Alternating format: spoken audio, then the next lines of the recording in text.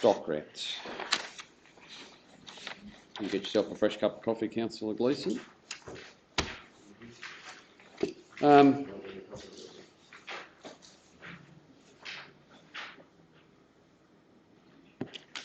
capacity to close? I couldn't find one. Which makes it very tricky. Did we redact the statement out of it? Keep the statement. Just sorry, we forward out of the online agenda. With this item, is the attachment redacted from the public copy?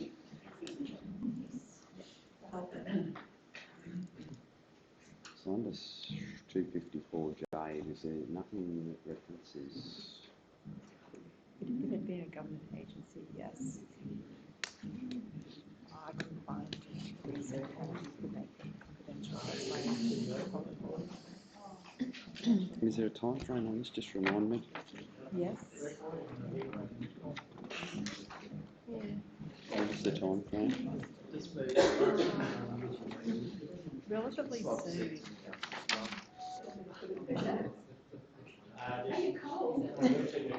Yeah, no, Christy was calling for it again. Comments have said that going to council and like that. So I believe it was back to them by around about this week to AEC to allow them to finalise the work. By the time anyone puts an RTI on it, it'll be an open source document. And that's what I think of. As long as you're not mailing it out to anyone, so I don't. We're not talking about it. About it. Okay, councillors, we're in open session. Sorry, I've just had to confer about a procedural thing. You'll note that the discussion, the agenda item 336 that we're about to discuss refers to a working paper that is clearly identified not for distribution. We're in open session. The time frame for response to this is, as per the previous resolution, pretty short. So by the time elements of this report could well be amended before it's submitted. So whilst it's not for distribution and certainly not for comment in the media at this stage, I'm comfortable that we can discuss the options that are in it as a working decision, and we'll transmit that advice to Christy Gooding and AEC, who coincidentally are working on both of these reports together. So I'm giving you that advice in the basis you don't need to feel restricted in your comments, given that we're in open meeting. I guess the reason that it's been stamped as not for distribution is it's not a signed off document. It's a working document that still people want feedback and input into. It's certainly not a finalised copy, is the intent of that disclaimer, I guess, at the start. Right, comments?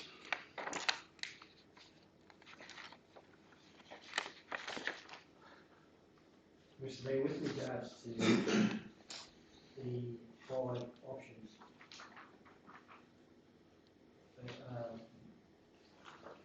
itemised there, item 1 I think I'll make payment, which is the price permits and use of application.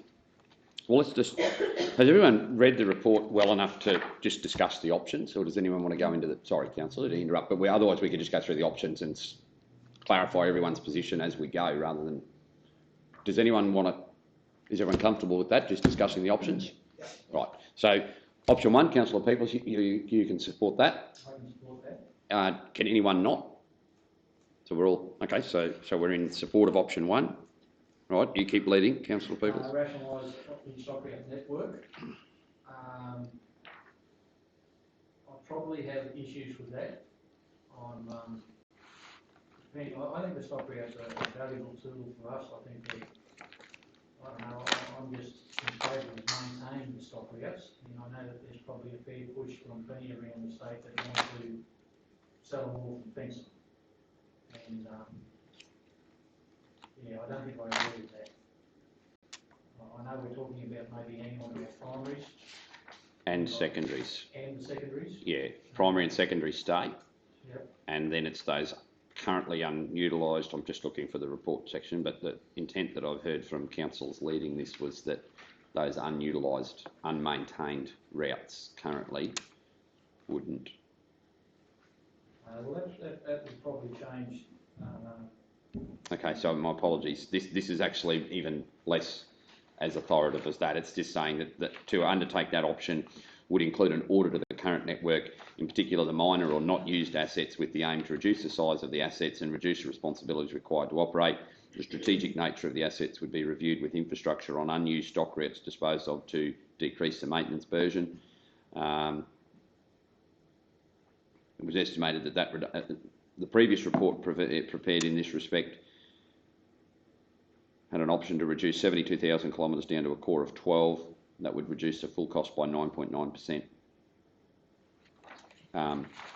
But that audit, it's not. There's no predetermined outcome. The option there is to undertake an audit to work out what's in and what's out. Well, I think if they were going to do an audit, we'd need to have some representation. Agreed.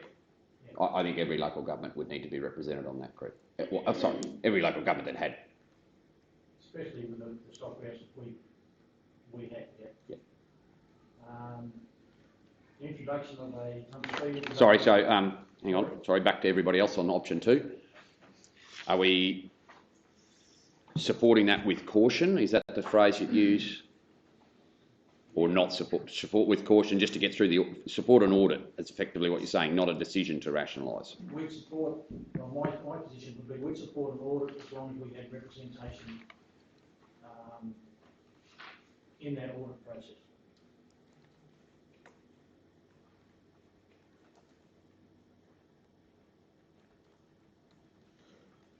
So the state, just on that process, not that particular option, but the state has released terms of reference for a committee to act to provide advice on the stock route management that they've put in place. RAPID's representatives on that group, as of yesterday, and I think it's confirmed today, are Councillor Rick Britton and Des Howard, CEO Blackall Tambo. One representing the officers, one representing the local governments. Rick's been the lead local government contact in Queensland for this for a long time. So that's not to review whether the route gets bigger or smaller, that's to look at what the state throws up as what we're going to do and to provide advice to the state. So that's who, it's a related issue to what you just talked about representation. I just sort of mentioned that in case you saw it. That doesn't refer to this point. So did someone about to speak? We're happy with Councillor Arthur, were you about to talk? So everyone's happy with option 2, provided we're a part of the process? Yeah. Right. Councillor Peoples, option 3. Introduction of a levy. Sorry, Anna, did you?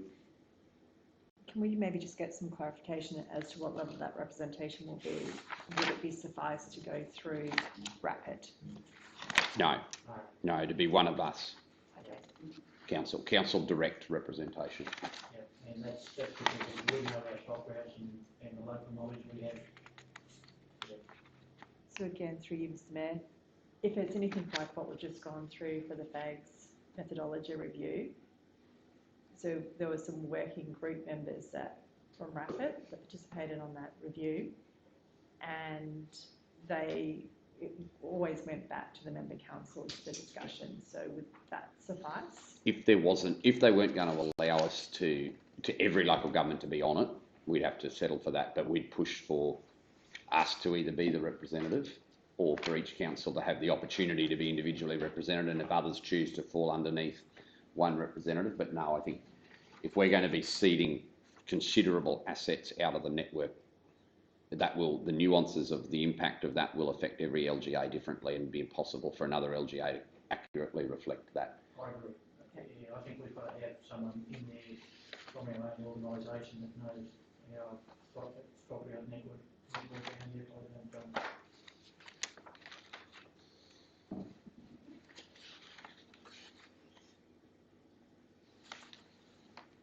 Okay, so option 3, the levy. No, I'm not in favour of the levy. Okay, continue with why. I just think that there's, Mr Mayor, I prefer that it be a user pay, and people that are using the stockyard and want to use it at some time, they pay, but you're going to charge people a levy that might never ever use the stockyard. Well, that's the exact proposal is from here, is that the people, every single rate notice in Queensland. So people in Pitt Street, or George Street, sorry, I don't know if there's a Pitt Street in Brisbane, George Street will be paying that levy. You're quite right. In your assessment of it, my personal thoughts are somewhat similar because I think it's unlikely to get traction. Possibly not if it's couched from a national resource management point of view, whereas it's a levy to protect the environment that the stock is just one of the biggest environmental assets the state owns is the Stockrat network. So you could perhaps sell a story that by introducing that levy, you're providing the financial resources to protect, a significant environmental asset across the state. So it possibly could get accepted. My concern with it is, my only counterpoint to yours there for you to consider, Councillor Peoples, is what happens when the route doesn't get used for a number of years and there aren't any users, yet there's still costs incurred, which is the concerns of a couple of local governments who have gone through a period of drought where the route couldn't be used, but they were still incurring costs and there was no revenue, not sufficient revenue to offset that. Mr Mayor, I think that happens in most services we provide, that there are going to be times when we don't, meet our costs. And I don't know, I think we could bear some of those costs when we have to, rather than charge someone that's living in Oak Street and Barbauld a stockyard levy. You're saying it's going to be charged to everyone right across the state. Same as the emergency services levy. I just don't think that's fair. I couldn't agree with you. Through you, Mr Mayor, we have provided some information that's come out of the report that one of the reasons why they have considered a levy is that it's estimated that on average only 21% of the benefit derived from the stock route goes to the graziers. The remaining 79% goes to the wider community. That's why a levy was proposed. But through Can I just ask you how, please? It's through their estimate. So there'll be an economist would actually go and have a look at what the non-tangible values are. Don't pin us on those figures. We didn't do that. On those and bring it back. And there's things, because they're environmental corridors, it allows other animals to move from one location to another. There's often trees around, there's water, people use them for other purposes as well. Yeah, it just says the report does not provide options to fund the remaining 79% other than to define the beneficiaries of cultural heritage and environmental value to the community more broadly. No, I couldn't. Understanding that is difficult, I would agree. To the point that until it was explained more clearly to me, I couldn't agree with it. So option 3 is actually not recommended by AEC, so that would form part of the resolution that we've got up on the screen at the moment. And that's mainly around the sheer cost of recovering the levy. It's the same as the amount of money that we need to raise through a levy. Yeah. AEC is recommending the same as you, Council. I just wanted to point out, in the interest, because I've been privy to discussions around this from other councils, is they're still concerned about the stopgap funding in those years where there's no utilisation, which can be in years of good or bad, really. Like in bad years, they're used usually at the start of it intensively until they're flogged out, and then In good years, no one needs them. no, that's right. But then there's a back end of the bad years. No one needs them. Well, no one can use them. They all probably need them, but there's no utilisation. Yeah. So does anyone want to support option 3, which is a statewide levy on all ratepayers? No support. So that, in fact, not supporting option 3 is supporting the recommendations from AEC. That sounds Irish, but that's the way it is. Option 4, you're leading the way here, Councillor. yes, I agree with that. And I think that's, Mr Mayor, I think that's probably important to, especially, rural councils, and I know councils such as ours, that there should be a responsibility going back to the state government to play their part in helping councils look after this. Councillor Hanson. Yeah, I agree with 14, Mr Mayor. Councillor Arthur. Mr Mayor, my limited understanding of stock routes and their uses, I'll yield to the more educated people. You're a boss drover now. Councillor Peebles has turned into a boss drover after 3 or 4 days on the road. Councillor Plum, are you? Yeah. So, Yeah, I'd like to see. right. I agree with this. From what I understood, it's a preferred option over option 5, but is there any reason why both can't be Supported. supported? So I was going to actually stop Councillor Peebles having the lead to talk about option 5. I thought you might. You were just hoping I would. Option 5, I have some concerns about, and I don't think the statement there is accurate, because it says both options enable the state government to fund the stock route management adequately. It doesn't. If you do option 5, the federal government funds stock routes. So I do not, under any circumstances, support category 5. I put it in the same option as option 3. I think there's an administrative drama with it for a start, and I think it's better that we look at finding an equitable model for the gap to be funded through an operational grant from the state. It's just a no-brainer. They shouldn't be just trying to pass the buck. They're not trying to. This recommendation would allow them the opportunity to pass on the responsibility for funding the operational gap to the federal government, which is not what FAGS is developed to do. So, no, I'm more than... I actually think that's an erroneous statement, and I think it needs to be called out in our response that the statement around option 5 is erroneous. Have you had any feedback on that? No. I am fairly certain that feedback's already gone back to them. Good. I'm sure any council that reads it will pick up on that. All right, so am I okay in putting a cross next to 5, which is in slight disagreement to the process? You're right with that? No, No, you want to keep it in? I probably do. I just think that any way that we could fund stock routes, and if there's an allowance in the FAG grant for councils that do that major routes, I can't see why it can't do it.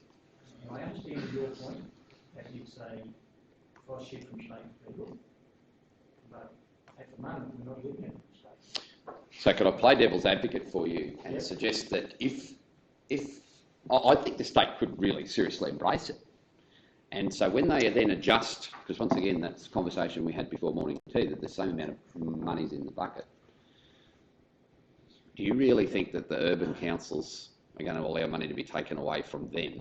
So all that will happen is we'll receive the same amount of FAGs, but we'll have it allocated in a different way. Now, call me cynical, but all I think we'll allow them to do is say, yep, we'll fund that, we'll reduce the road component, or we'll reduce some other remote consideration, we'll reduce the weighting around something, and we'll get an allocation from FAGs, but it will mean that our total FAGs allocation won't change. It'll just mean the local governments that have got stock routes will receive it under a different configuration, which would be which would have a negative impact, I think, because it's not. The state then thinks that stock routes are fully funded.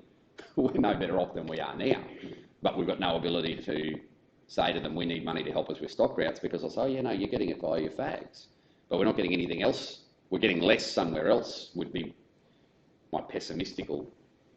And you might be right, but they might also have a look at it and say, well, these rural and remote councils are spending, a big amount of money on these stock routes, and maybe they should get a bit more money out of the than some of the others.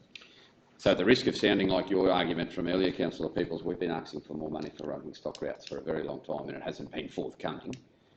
I very much doubt that they're going to rob an urban council's fags grant to give us more of it.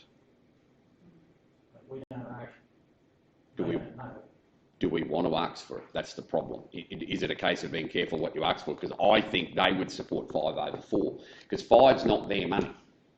If I'm the Treasurer or the Minister for Natural Resources and someone presents me option 5 and 4, and for me to pick, I'm going to go 5 every day of the week, because it's not my money. It does not affect the state government budget 1 cent. So of course, I mean, the department would recommend that as a yes.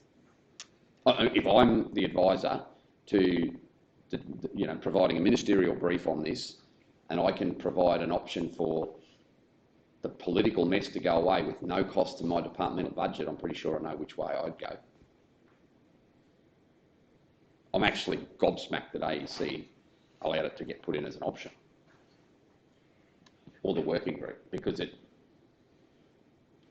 Well, or maybe I'm too pessimistic, or sorry, maybe I should look at this with a much more positive prism, as you are, Councillor Peebles. Through you, Mr Mayor, they're quite rightly presented as an option, and in their recommendations, they're saying option 4 would be preferred over option 5. So it is their least favourable option. Well, their except for least- option 3. Yeah, I was about to say that their least most favourable is actually option 3, so it's not even the bottom of the pile. It's And certainly when we were doing the FAGS review, provided that feedback around this stock route where some councils wanted included in the FAGS methodology. And so our response has to align with this report as well,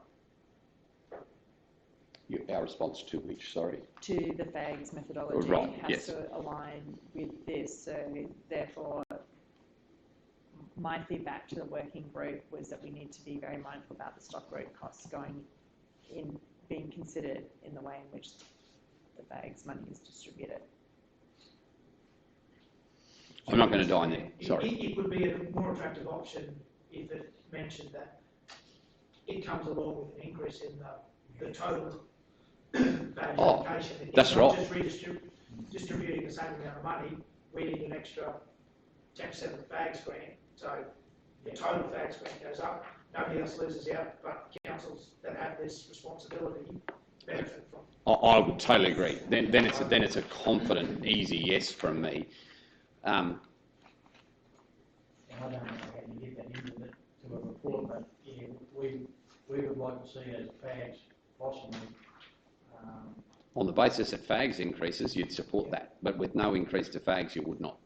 On the basis that fags increase, or on the basis that it doesn't come out of what we already get. So is there not cost shifting in our?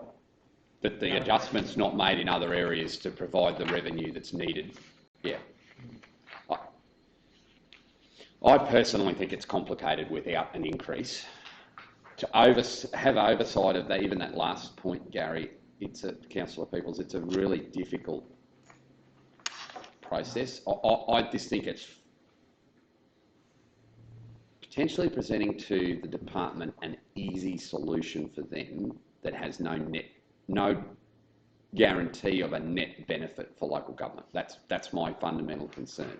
And I can see your comment about taking the easy option to cost shift and so giving it funding, so what? Listening to that argument, so I can understand that.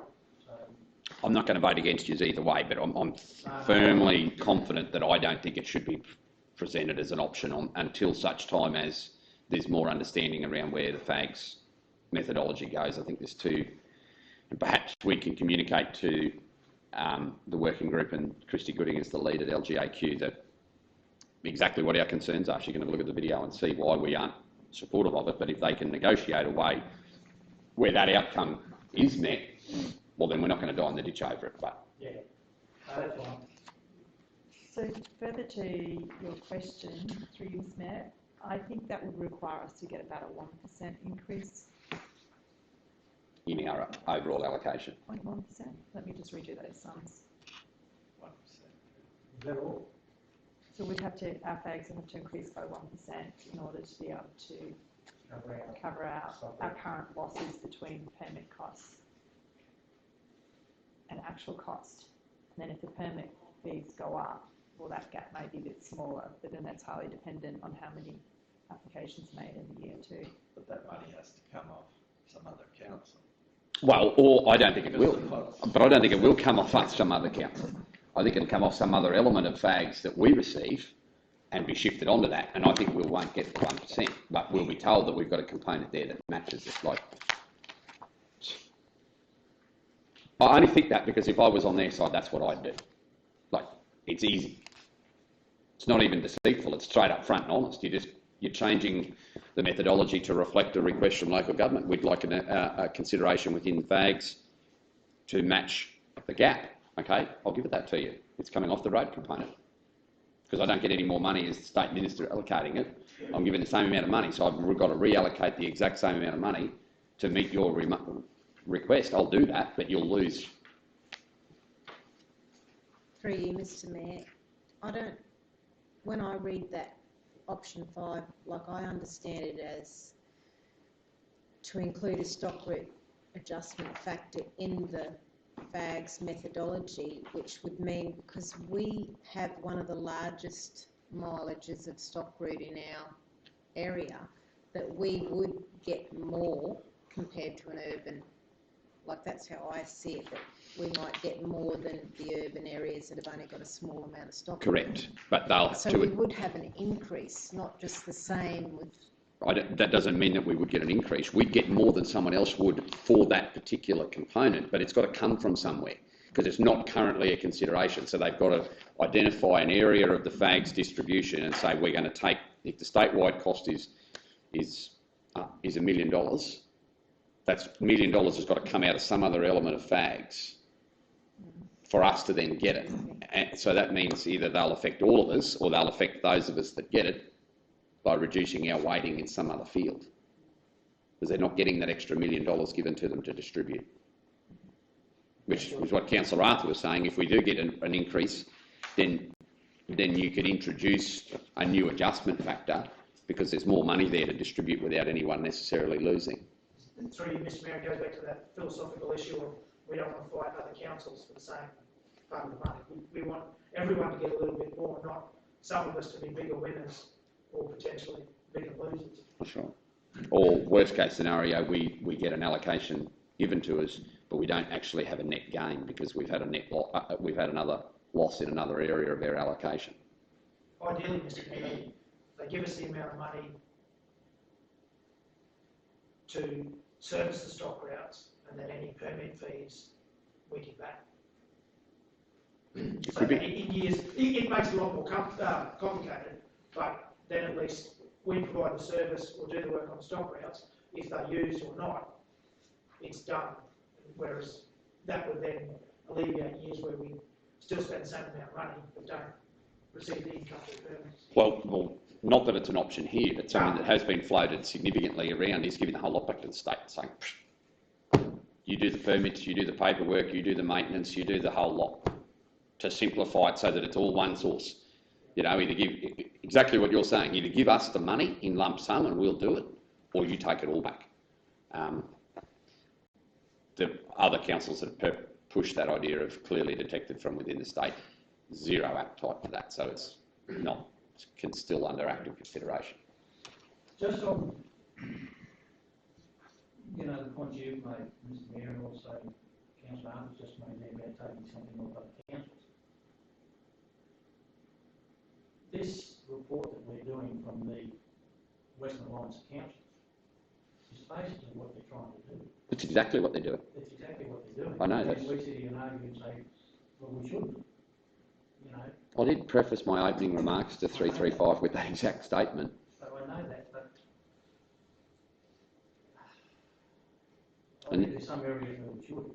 Well, ultimately, I said at the end of the day, if there's going to be a redistribution of the methodology or the funding, we can't afford to not be a part of the process. So reluctantly, that's why I said I think we need to support what the working group's doing, even if there's elements of it that may not sit well with us. But broadly, we need to make sure that if there is a review of the methodology or adjustment of the methodology, we need to try and make sure we come out on the right side of it.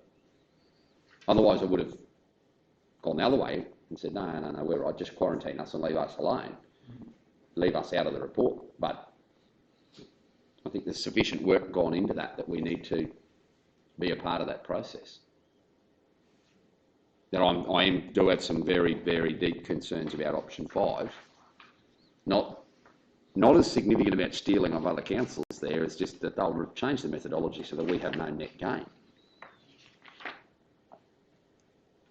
And then the issue's dead and buried for the state. Never again can we go to them and say that we're not getting enough money to manage stock routes because they're giving it to us, but they're not. Well, that cost shifting reason I can understand probably go with you. But, we still need to fund it somehow. If the state aren't going to fund it, I don't think they're going to fund it.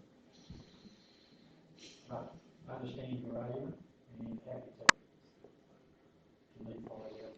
Well, I'm happy to either leave it out or include it on the basis that our other elements of the FAGS methodology that we receive for are not adversely affected, which means effectively that they have to take it from another council. Yeah, not effectively. We can't receive less in any other area of the FAGS No, to get any money from that. that's the only way I agree to it. Councillor Hanson. Yeah, I want to agree to that because I think, as it reads there, there's too many holes and it leaves too much room for going in high. Councillor Arthur. How does the likes of the Territory and New South Wales manage their? Well, New South Wales is probably the most proactive of the lot. It's funded down there, for every beast you own, you pay, so if you've got 1,000 head of cattle, you pay the state government, who then distributes via the local authority, and their stock route network is fully funded. So local governments receive a levy, people that use it receive a levy. Drovers tell you that it's a dream, apart from the fact that the routes are only 2 chain wide, not as big and as easy to traverse as they are up here. No, the stock route network in New South Wales is very well funded, and it's funded via a number of levies, but the annual return that you do, whether you own donkeys, sheep, alpaca, goats, cows, horses, you get an annual return and you send that in, and there's levies attached to that. And pretty rigorous auditing of it too, I believe. So it's a true reflection, but it's the way they've done it for decades and decades and decades. It's a cost of doing business down there. The Northern Territory I'm not familiar with, but being a territory, there's probably no rigorous procedure around it. It'll be a relatively loose, because most of the network up there traverses internal property. So they're watering on property bores. The network there is not as closely aligned to the highway network as it is in Queensland, and Network's not as, sophisticated. yeah. A lot of internal property roads on Yeah. a million acres, eh? Big property. Okay, so Councillor Plum, sorry, I didn't go to you. Are you happy that we support option 5 only on the basis that our other factors, our other adjustment factors are not adversely affected? I support that same thing, that we're not adversely affected, but I don't, option 4, that's the state government gives us an operational grant. Yep.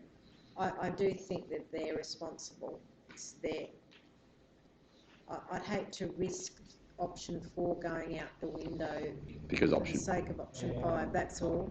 I'm just saying, yeah. Like, well, that's why we're here. We're not here to make the easy calls. The tough calls are the ones that matter. But I think I'm happy to say that option 4 would be my preferred option over option 5. But option 5 is still not, preferred either. reprehensible or anything, so.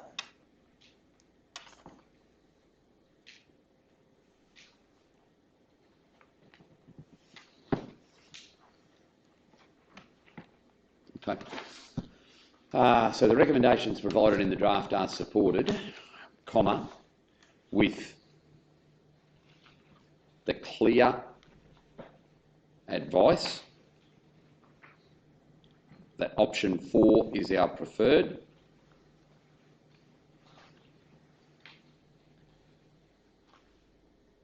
Option 3 is not supported.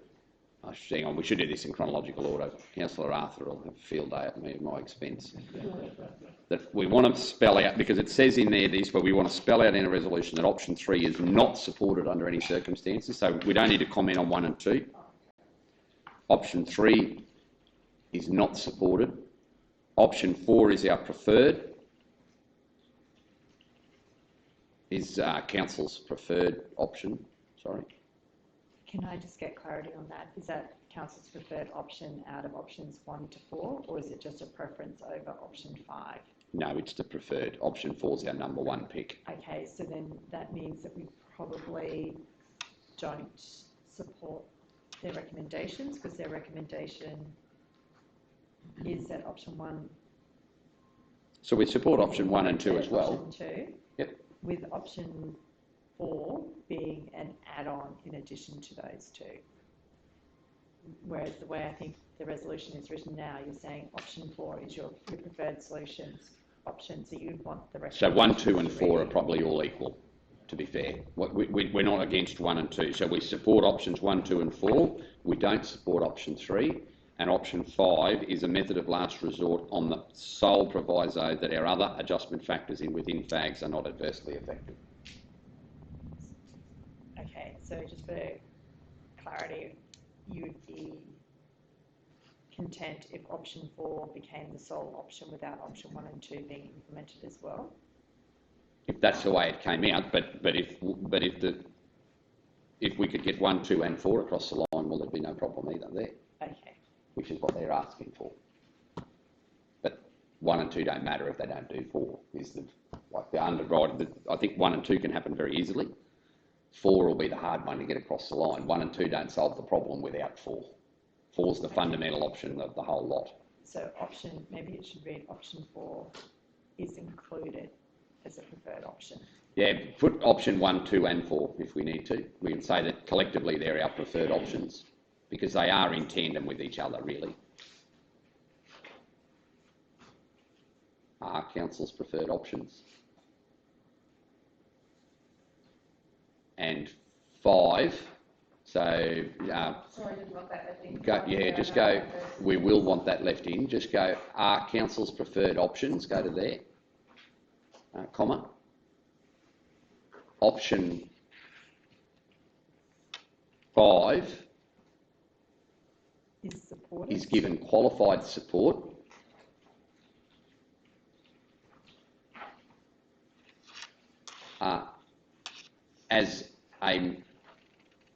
in the event that option 4 is not endorsed, providing that there are no adverse effects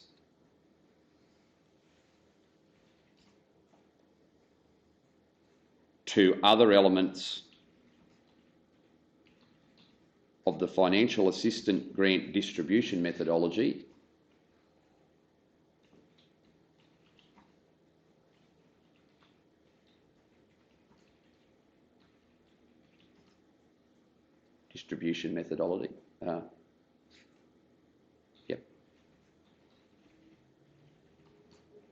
that council receives. Yep. And just for clarity, it's financial assistance grant scheme. Correct, yeah. Distribution. Does that summarise our discussion, councillors? Is adverse the right word? Because does that... So let's say negative then. Negative, please, yeah. I don't want any effect whatsoever. Now, would you give any consideration just to simplifying it to something along the lines provided our FAG's allocation is increased to cover the costs?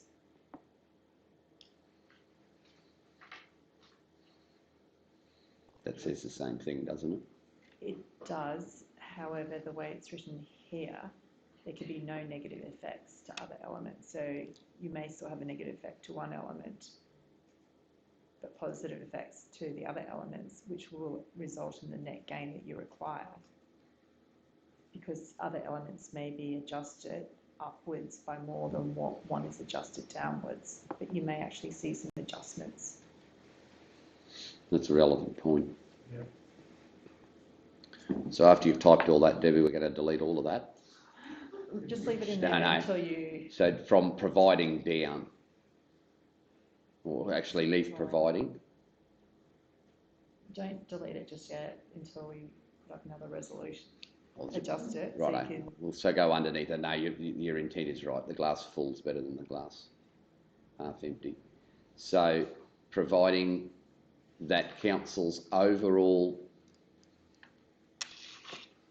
federal assistance, financial assistance grant scheme receipts are increased.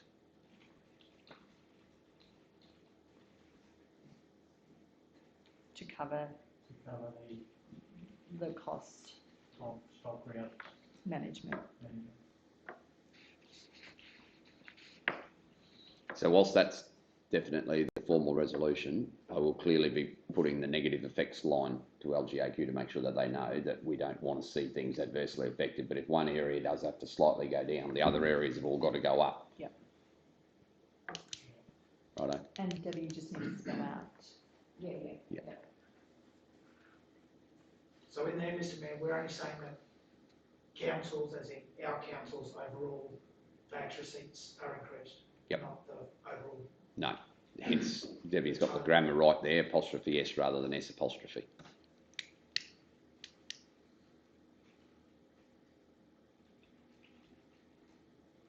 Righto. Any further discussion on this resolution? In the absence of that, do I have a mover? Moved Councillor Rogers, seconded Councillor Peoples. Debate? There being none, I'll put it to the vote. Those in favour? 6-0. Well done, Council. That's an extremely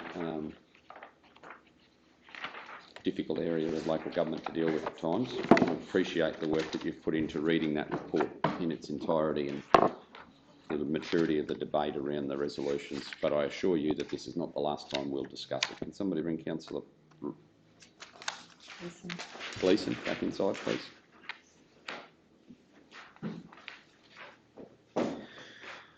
Three, four, one. He's probably frozen solid outside.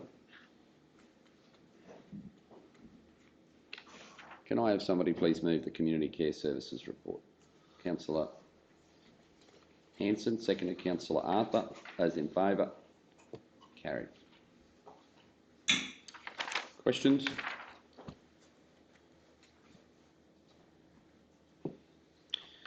Councillors, I just want a little good story to report. I was working out of the Alpha office on Wednesday last week, and unfortunately I missed my timing wasn't as good as Councillor Arthur's yesterday, but I walked in just to have a look around the new building in Alpha, which I'm really keen to get you all down to have a look at now that it's operating and functioning. We'll need to kind of have a look there, and hopefully a day where there's some group activities. I just missed some group activities that day. They'd undertaken some soap making, and they had a morning tea, which there was still some chocolate fudge left after, and the kettle was still there. Really good news there. The building, you know, they clearly had a really big morning. There was a lot of people. I think they'd had 9 or 10 participants in their group activities. It was really, yeah, it's good. Those group activities are going to offer a lot to our various communities, and from candle making to soap making to they undertake it's like a paper mache, and then there's some really high level, I would consider it, engagement with them that they're thoroughly enjoying, and the feedback anecdotally I'm getting around those group activities from people and how they're really enjoying it's really, really positive. So officers could be commended for their work and development of that. And it's really good to see, obviously, a very expensive infrastructure build for council, but it's great to see its utilisation in the manner with which it is, and I'm sure that will continue to be enhanced as time goes by.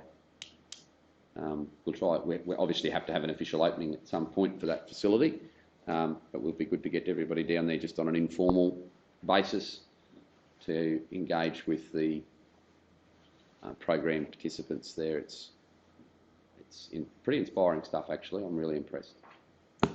And through you, Mr Mayor, I think it's also commendable that they've been able to offer programs for a wide variety of ages as well, because the youngest participant must only be in their 20s or 30s.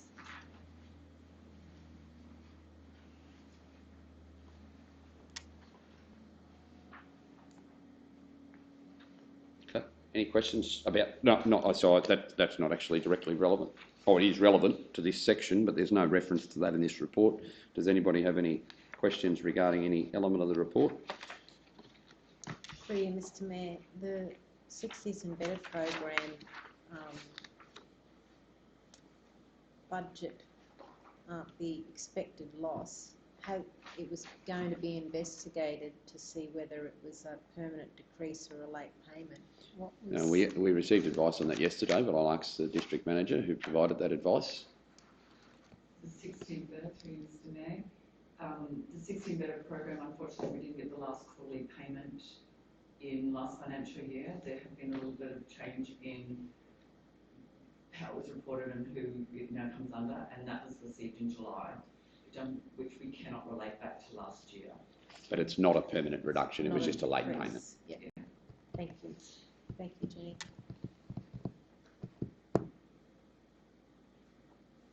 Questions? Of course, the reports you've got, I'm sure you've noted, are the full year reports. We haven't got the last 22 days to be in the relevant report. So those reports there, councillors, you can now take to the bank as your full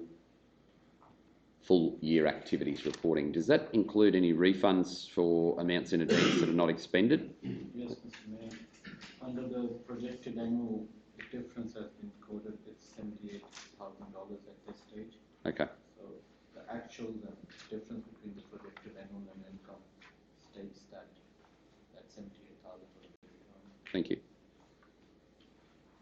Council is aware, so your projected annual takes that into account. That's still a relatively solid direct profit for the program. Still got those legacy issues around reporting of indirect costing, but we've discussed that several months ago and we're all relatively comfortable with the definition of what happened there. So unless you've changed that, the direct profit there is probably still quite acceptable.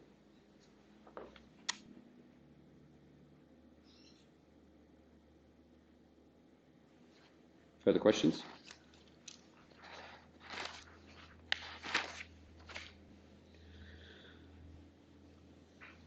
Okay. Greg Overton is waiting to phone in. All right, let's do that. We'll just adjourn briefly for the planning and development report. I've asked for our planners to join us for... well, actually, is he coming for this? No, that would be for the actual reports, wouldn't it? Okay, so let's just keep plugging along here.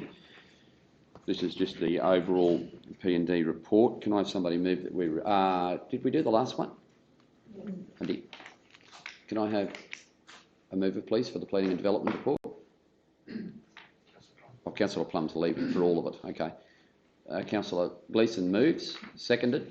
Councillor Hanson. Those in favour? 6-0.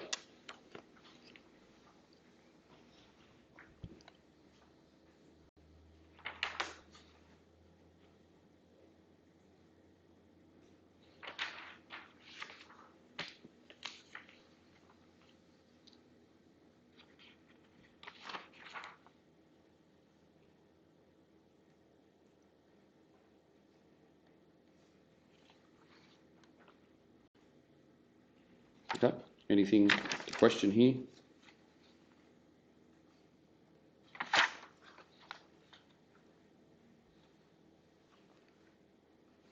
No? Very well. My only question is we haven't had back anything further from the planning scheme, the new one. Still just ticking along. That's the same, exactly the same advice we received last month, so there hasn't been any material change there. No. Right, very good. So probably, Mr Mayor, just need to highlight that in the operational plan, we probably do have a stretch target for completion of that, but that was in anticipation of needing, it'd be good to have it in place if we were to do any housing developments in the future.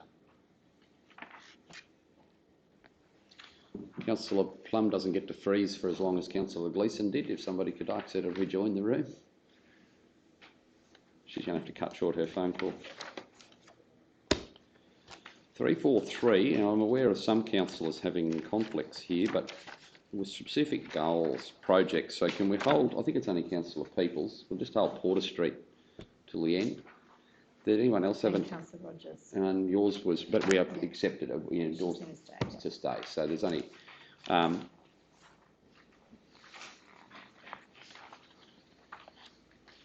questions? So this, once again, Mr Mayor, this is the wrap up of the last financial year projects. Capital, special operating and our plans.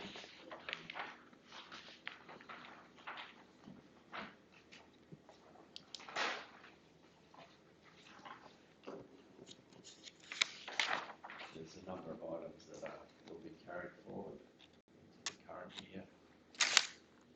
So we'll put those in the new project reports for next month with the budget projects, the new budget projects as well. Questions? Through you, Mr Mayor, CFWD, that carried forward, work delayed, Carried forward. or FWD forward. Again, through you, Mr Carry Mayor, on. what triggers us adjusting or resetting the budget? Like, at what point, when a budget item is over budget, does it have to come back to us as council? Or projects that aren't completed last year, do they just slide through with that? Because a lot of those aren't in So the budget we just approved. two different questions there. I'll go to the first one if we can. This is first. At what point, when a budget item is on track to go over budget or is estimated to go over budget, does it come back to council? What is the current procedure? Through you, Mr Mayor, the previous advice provided by the council was they wanted to be able to make those decisions each and every time. So that's what I've asked the staff to do, that any budget adjustments for projects need to come back to the table. And the second question was Carry forward. the carry forward. When the draft, I just want to add to that a little question because I think it'll probably guide the answer. When we develop the budget for the new year without any of last year's projects in it, is the estimated cash balance on the assumption that that money was spent? So therefore, when we carry it forward, we're carrying forward cash that we would have spent on it as well? So it depends. If we're expecting the project to be finished by the end of June, then we don't include it in the budget. If we know that it's definitely not going to be completed, then we do include it into the following year's budget. So some of these items, it will require an amendment to the budget. So the adopted budget is your three statements at a high level. So the total capital spend is, roughly $15 million for the year. So that's what council's approved. So that's the legal limit of the expenditure. So if we were ever to go over that figure, we would need to have a council resolution to approve that specifically that we're going to spend more than what was budgeted for. But so these are support reports to the budget. So when you adopt the budget, they're supporting that total figure. And I suppose it's up to council to provide guidance on when they want to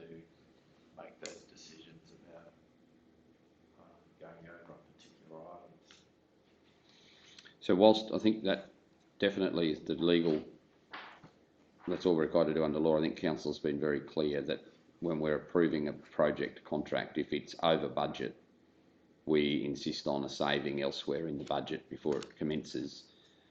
And I would expect the same if a project commences and it's identified as being over budget, that perhaps in some cases all that we can do is be advised because we're too far committed to turn the ship around. You know, that a cost item might have been estimated at something and it's, for whatever reason, let's just use COVID because everybody else does, it's jacked up. So we can't do it without that. We've got an open building site, but at least have council be fully aware of, and where needed, then they may elect to choose not to undertake some other project on the basis that that one's going over. So we can't, even if the gross is not going over, if there can be savings returned, that is fundamental to what we want to see. If we can have the capital works project program delivered under what we approve, rather than seeking to make sure we don't go over, would be,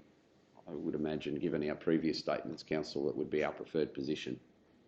So if you look at, say, the Globe, it's in the new budget. So we knew we wouldn't be finished, so we put it in the new budget. The SCADA and telemetry, we knew that wouldn't be done, so that's in the new budget.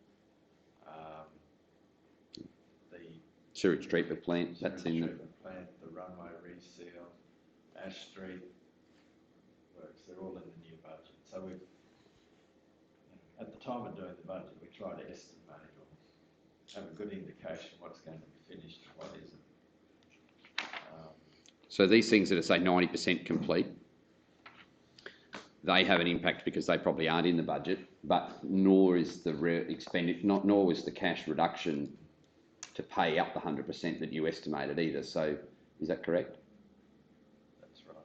So say there's $5,000 of something not spent, well, that money's still actually sitting there.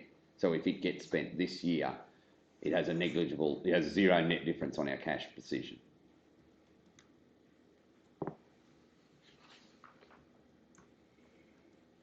Well, it depends if it's funded or not.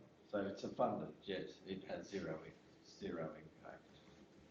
It's only if it's council funded that it would have an impact. So you don't estimate for council's funds to be spent, though? Well, we try to. Yeah, that's what I'm saying. If you've got something that says that it's going to be finished by June, you will have estimated that we spent the money by June, wouldn't you? Yes. So if we haven't spent it, If you have it, that's right. It's still in the bank. it's physically still in our balance that we've approved.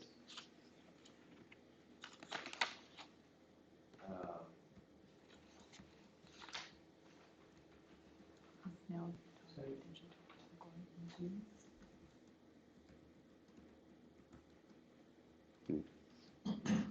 So, Mr Mayor, through you, Yes. Brett's just said if we go over that total figure that we've estimated for our yearly budget, you've got to amend your budget. If you're under and don't complete, you don't have to amend your budget. You don't have to amend the budget if you go, you have to have a council resolution to authorise the expenditure over the budget. So you don't have to amend your budget also, so if you're going to not complete some works and you're going to save $2 million, you don't have to amend your budget. Where council could make the decision there is they could remove the authority to spend, like, say there's something in the project and halfway through the year we don't want it spent. If you don't amend the budget, if you don't remove the authority to spend that amount of money, then it still technically can be spent. So if you want to see a reduction in approved capital expenditure, you have to insist on it, because otherwise there's no mechanism to stop it. Yep. Well, there's no other mechanism. There's a very clear mechanism there. You remove that project from your supporting documents and you reduce the overall capital expenditure budget by whatever it is. By resolution. By resolution. Because short of a resolution stopping it, there is nothing else. It's capital expenditure from a project that was identified inside the spending cap that we approved. And that only applies to the capital projects. The special operating you start again each year. And it's, fresh. If the money's not spent, it's gone. Well, it stays in cash balance. And the project doesn't roll over because it's not capital. Even though in the special operating cost, we've got deferred, carried forward, deferred, carried forward. So we've had to rebudget for those. So anything that's deferred is, we've had to create a new budget for those items. The area of concern for me, Mr Mayor, is we can still spend our budget of X amount of dollars, but only do 2/3 of the work. We're under budget, but we're also under delivering. Because there's some projects there that are, worst is the solar installation, it's nearly 32% over. And on a whole, we might be under budget. But We did approve that. Yes. We actually did approve that one. That's all right, but I think we need to be quite particular about each project being over budget or under budget. And I'm sure in the vast majority of the cases there was a good reason whether it was under budgeted, but for us to go forward with better allocating funds for projects, we need to be better informed in how much stuff really costs us. Because we don't really want officers coming to us and saying, oh, you need to put $100,000 in it, when there's a fair chance it's only $50,000, because then we don't allocate $50,000 to something else. As often as possible, we need to be as close as possible to our actual cost. Through you, Mr Mayor. Yes, that's a very good point, and I've started introducing the team to some investment decision-making frameworks which actually allow them to identify the costs. And quite often when people think about a cost, they might just think about the construction costs, but don't think about the design costs, the approval costs. So all that's included to prompt them so that hopefully when it comes to the table, you really understand the scope of works that's going to be delivered and approximately how much it's going to cost. And in there, you've got the option of also saying whether or not you've had estimates prepared for you or if it's just a low-level guess. Or it's potentially what it cost us last year, or historically. A similar project somewhere else. We've given a little. And then that information is then carried through to a project management plan that we're introduced as well to clearly identify what your scope is and how you're going to spend your money throughout the year to allow better tracking to make sure that we keep it within budget or identify early enough in the process that we're going to go over budget. Thank you. One last thing, Mr Mayor. In the spreadsheet, it's got Goal 5 environment and Goal 5 communities, and has been for. It's just an annoying little, should be Goal 4 environment. You're right. One for you, Sarmad. I'll call in to check on your work this I afternoon. thought while I had the floor, I would Very good. bring it up. Very good. I'm disappointed you let it go this long, Councillor Arthur. Give everyone else a bit of a chance to. Okay, I'm going to leave with good respect. Porter Street. Anyone got any questions about it while he's gone? Anything else other than Porter Street?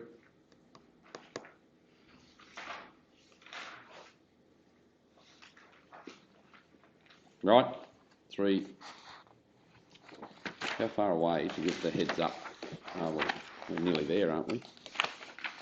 I think we are there. You didn't have a mover or second. Oh, can I have somebody move that we receive the report, please? Councillor Plum, seconded Councillor Hanson.